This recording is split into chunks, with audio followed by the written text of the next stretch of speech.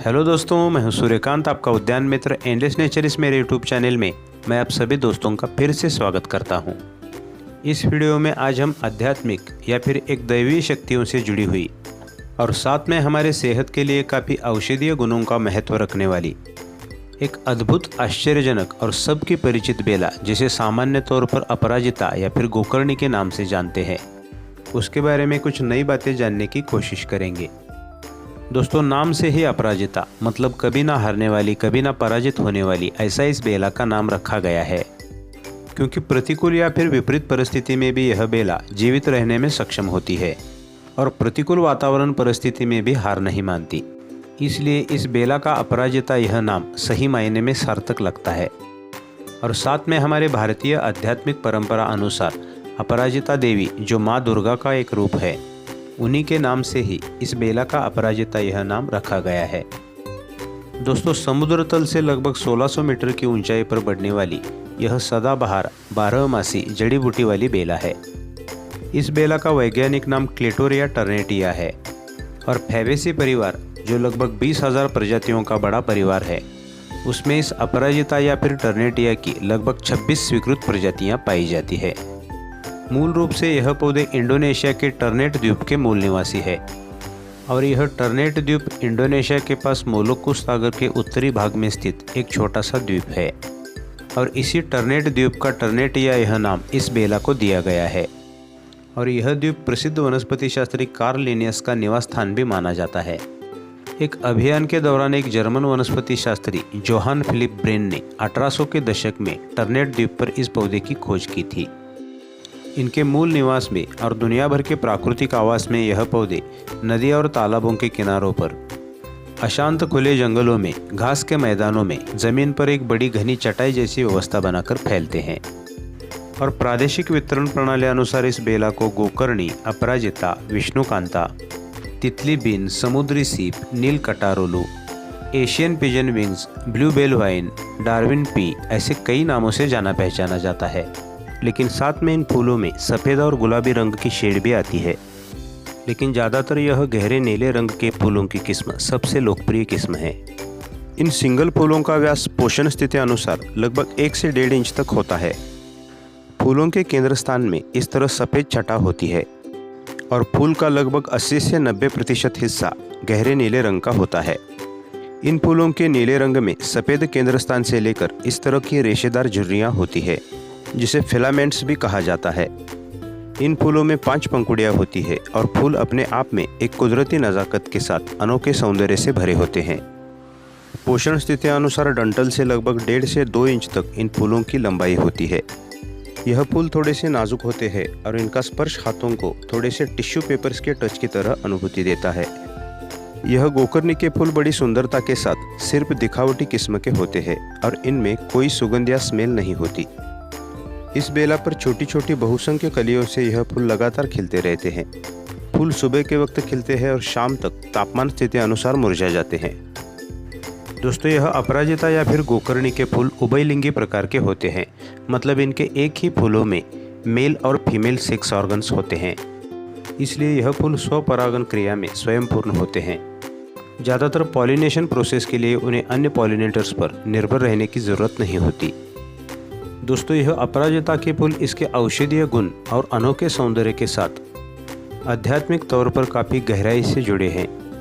ज़्यादातर हमारे भारत में इस अपराजिता के फूलों को काफ़ी पवित्र फूल माना जाता है और पूजा अनुष्ठानों में बड़ी श्रद्धा और भक्ति के साथ इन्हें भगवान के चरणों में चढ़ाया जाता है।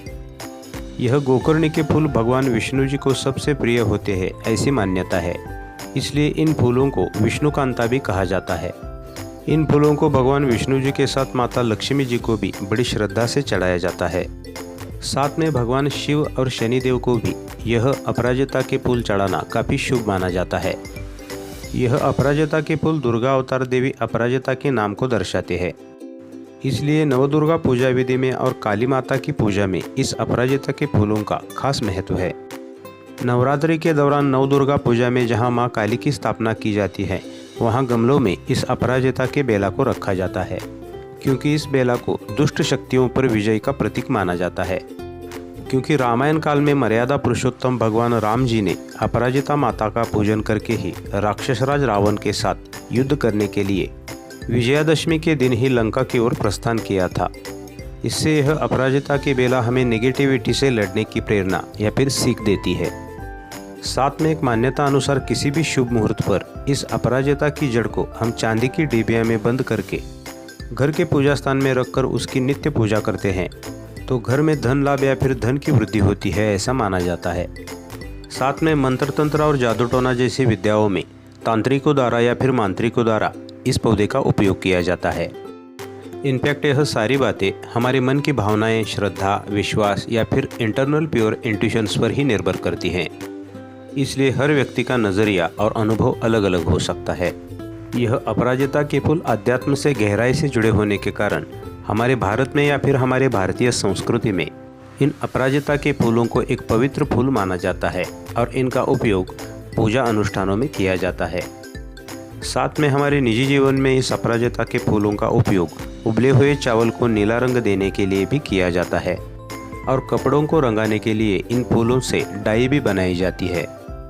इस अपराजिता या फिर गोकर्णी के बेला में एंटी फंगल गुण भी पाए जाते हैं जो सरदर्द को दूर करने के साथ वात, पित्त और कफ इन त्रिदोषों को संतुलित रखने में उपयोगी होता है। इन नीले फूलों से जो चाय बनाई जाती है जिसे ब्लू टी कहा जाता है, वह हमारे पाचन तंत्र को मजबूती देती है। इन फूलों से बनाई हुई चाय में एंटी डायबिटिक गुण भी पाए जाते हैं और इसके नियमित सेवन से यह कोलेस्ट्रॉल की मात्रा को भी कम करती है, जिससे उच्च रक्तदाब वाले मरीज या फिर बीपी पेशेंट का बीपी कंट्रोल में रहने में मदद होती है। साथ में अलग अलग कंट्रीज़ में इनके फूलों को मक्खन में डुबोकर तला जाता है और मुख्य भोजन के साथ एक व्यंजन के रूप में इसे परोसा जाता है। इस अपराजिता बेला की जड़ों में टाइटरपेनॉइड नाम का एक ऐसा घटक या फिर रसायन पाया जाता है जिसे कैंसर विरोधी चिकित्सा पद्धति में उपयोग किया जाता है। साथ में हमारे भारत में पारंपरिक आयुर्वेदिक चिकित्सा पद्धति में सदियों से स्मृति बढ़ाने वाली या फिर मस्तिष्क का विकास करने वाली औषधि बनाने में इस अपराजिता की बेला का उपयोग किया जाता रहा है। आयुर्वेद चिकित्सा पद्धति में इस पौधे को याददाश्त बढ़ाने वाले और चिंता या फिर तनाव से दूर रखने वाले गुणों से युक्त कहा गया है।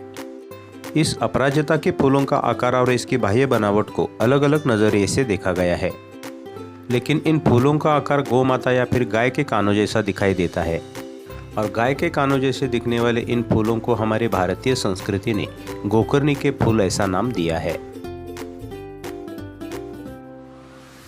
दोस्तों, इस अपराजिता की पत्तियां इस तरह अंडाकार शेप में और बहुत ही घने स्वरूप में पूरी बेला को ढक देती है। लगभग 1 इंच डायमीटर वाली यह पत्तियां आकार में छोटे छोटे सिक्कों जैसी दिखाई देती है। यह पत्तियां अंडाकार शेप में टेढ़ी मेढ़ी, आकार में छोटी लेकिन बहुत घनी होती है। पौधे के नाजुक डंठलों पर दोनों तरफ यह पत्तियां अल्टरनेट शेप में काफ़ी घने तादाद में विकसित होती हैं। इसलिए प्राकृतिक वातावरण में यह पौधा एक खरपतवार का रूप ले लेता है, जो इनकी घनी पत्तियों की वजह से ज़मीन पर या फिर दूसरे पेड़ों पर चटाई जैसी व्यवस्था बनाकर फैलने के साथ दूसरे पौधों को मिलने वाली सूरज की रोशनी को रोककर लोकल बायोडायवर्सिटी को प्रभावित कर देता है। साथ में सुंदर अद्भुत नीले फूलों से हमारे प्लांट गैलरी को सुशोभित करने वाली यह बेला बहुत से देशों में हमारे पशुओं के लिए या फिर मवेशियों के लिए एक स्वादिष्ट और पौष्टिक चारे का प्रमुख स्रोत बन चुकी है, क्योंकि इस अपराजिता की हरी पत्तियां और फलियों में प्रोटीन और फाइबर की मात्रा उच्चतम होती है। इसलिए दुनिया भर के कई देशों में बहुत लंबे समय से इस अपराजिता की खेती की जाती है। दोस्तों, प्राकृतिक वातावरण में यह बेला खुले विरल वनों में, कुदरती नदी नालियों के किनारे और चट्टानों के ढलानों पर पूर्ण सूरज की रोशनी में प्राकृतिक रूप में बढ़ती पाई जाती है। इसलिए इस बेला को हमें हमारी प्लांट गैलरी में जहां पूर्ण सूरज की रोशनी आती हो ऐसी जगह ही लगाना है। साथ में बड़े ट्रीज के कैनोपी से 80 से 90% सूरज की छनी हुई रोशनी आती हो, वहाँ भी हम इस बेला को ग्रो कर सकते हैं। ज़्यादातर वास्तुशास्त्र अनुसार इस पौधे को हमारे घर के ईशान कोने में, मतलब उत्तर और पूर्व दिशा के बीच ईशान कोने में लगाना शुभ माना जाता है, क्योंकि ईश का मतलब होता है ईश्वर और ईशान दिशा मतलब ईश्वर का निवास, ऐसी मान्यता है। इसलिए इस बेला को ईशान कोण में लगाने से घर में सुख समृद्धि आती है, ऐसी भी मान्यता है। अगर आपके वास्तु में ईशान कोण में प्रचुर मात्रा में सूरज की रोशनी आती हो तो उस जगह इस अपराजिता की बेला को आप ज़रूर लगाइए। लेकिन एक जियोग्राफिकल एटीट्यूड के अनुसार पृथ्वी के जिस विभाग में सूरज के उत्तरायण और दक्षिणायन काल में साल भर सूरज की रोशनी बनी रहती है, उस दिशा में मतलब पृथ्वी के उत्तरी गोलार्ध में साउथ ईस्ट या साउथ वेस्ट लोकेशन इस बेला के लिए परफेक्ट लोकेशन है, और पृथ्वी के दक्षिण गोलार्ध में नॉर्थ ईस्ट या नॉर्थ वेस्ट लोकेशन इस बेला के लिए सही लोकेशन होता है। गर्म ट्रॉपिकल जोन में हमारी प्लांट गैलरी में इन दिशाओं में यह बेला लगभग साल भर फ्लावरिंग करने में सक्षम होती है। दोस्तों, इस अपराजिता या फिर गोकर्णी की बेला की पानी की ज़रूरत मीडियम से नॉर्मल कैटेगरी में आती है, क्योंकि प्राकृतिक वातावरण में यह बेला अपनी एक बहुत ही गहरी जड़ प्रणाली विकसित करती है।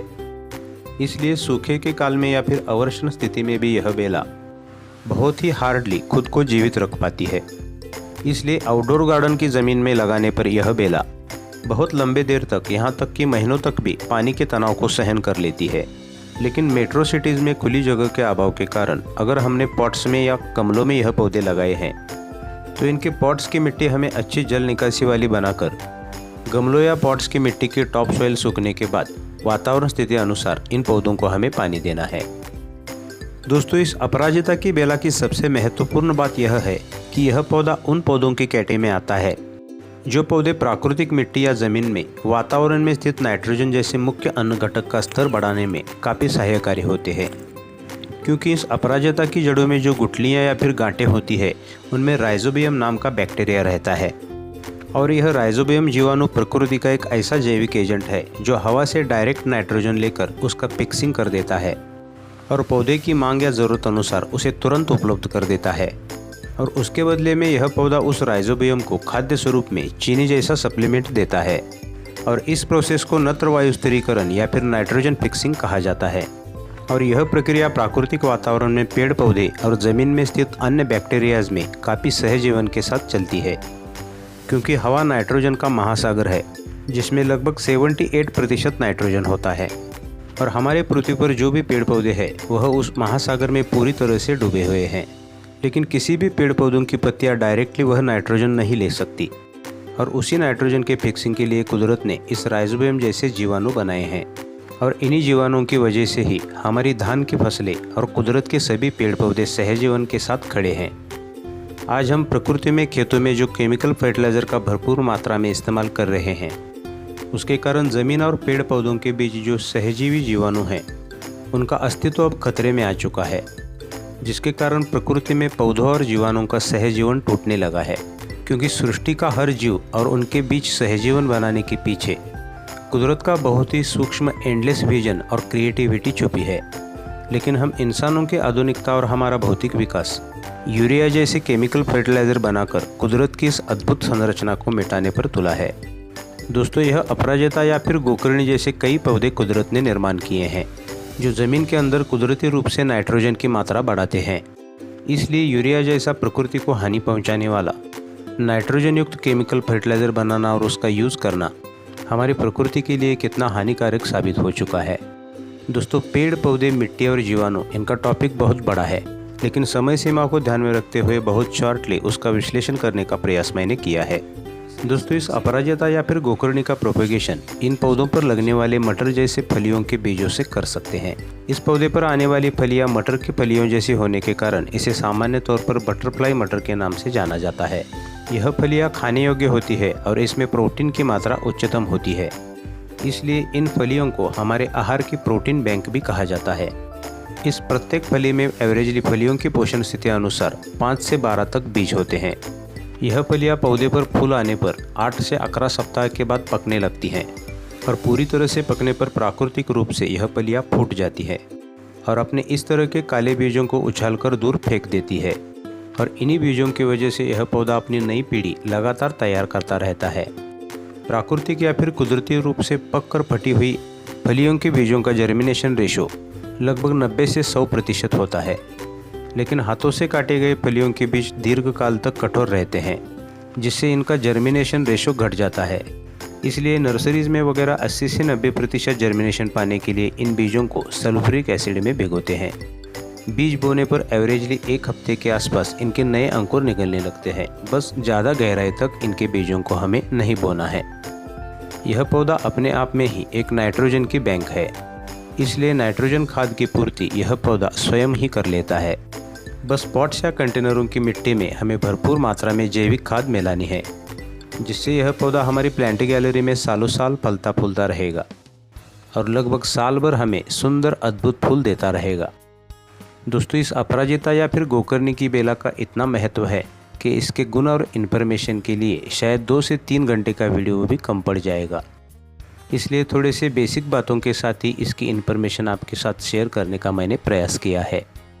इसलिए अगर आपको वीडियो अच्छी लगी तो वीडियो को लाइक, शेयर और चैनल को सब्सक्राइब करना ना भूलें और पास के बेल आइकॉन को भी प्रेस कर दें, जिससे आगे आने वाली वीडियोज़ की नई नोटिफिकेशंस आपको समय पर मिलती रहेंगी। अगले वीडियो में फिर मिलेंगे एक नया पौधा और उससे जुड़ी कुछ नई जानकारी के साथ। टिल देन, गुड बाय, ओम साई।